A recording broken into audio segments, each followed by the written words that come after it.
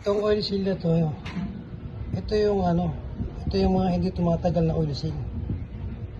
Tapos yung kulay blue na yon, yan yung pinalit nila. Hindi rin heavy duty yan. Pakita natin mamaya ha, pagka nakalas natin. Kalasin ko muna.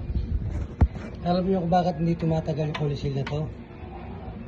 Kasi ayan may spring. Yan. Yan yan yung spring niya. Hindi tatagal yan. Tapos ito naman yung pinalit na oil seal na first oil seal. Hindi rin to heavy duty.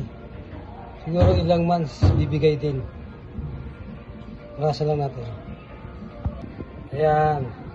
Ayan, nasa lang natin yan. Tapos ito, oil seal ito hindi tumatagal to. Ayan Meron siya ng awang, yung damage sa gitna. Ito oil seal na to, hindi rin ito tumatagal. Hindi siya heavy duty. Dito nakalagay yan, dyan yan. Tapos second oil seal, ito na. Ito na yung second oil seal. Yan yun. Second oil seal yan. Ito yung may spring. Hindi rin tatagal oil seal nyo dito. Matagas din. Ito yung pinalit nila na first oil seal.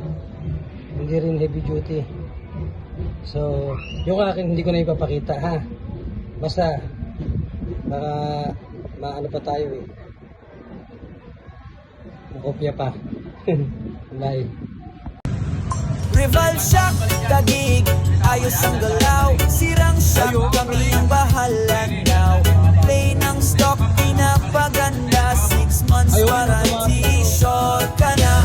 Kung sa tamang tama, hindi ka bibitaw. Ride mo smooth kahit lubak-lubak. Dito sigurado, walang sablay. Rival shock, tagig, gawak.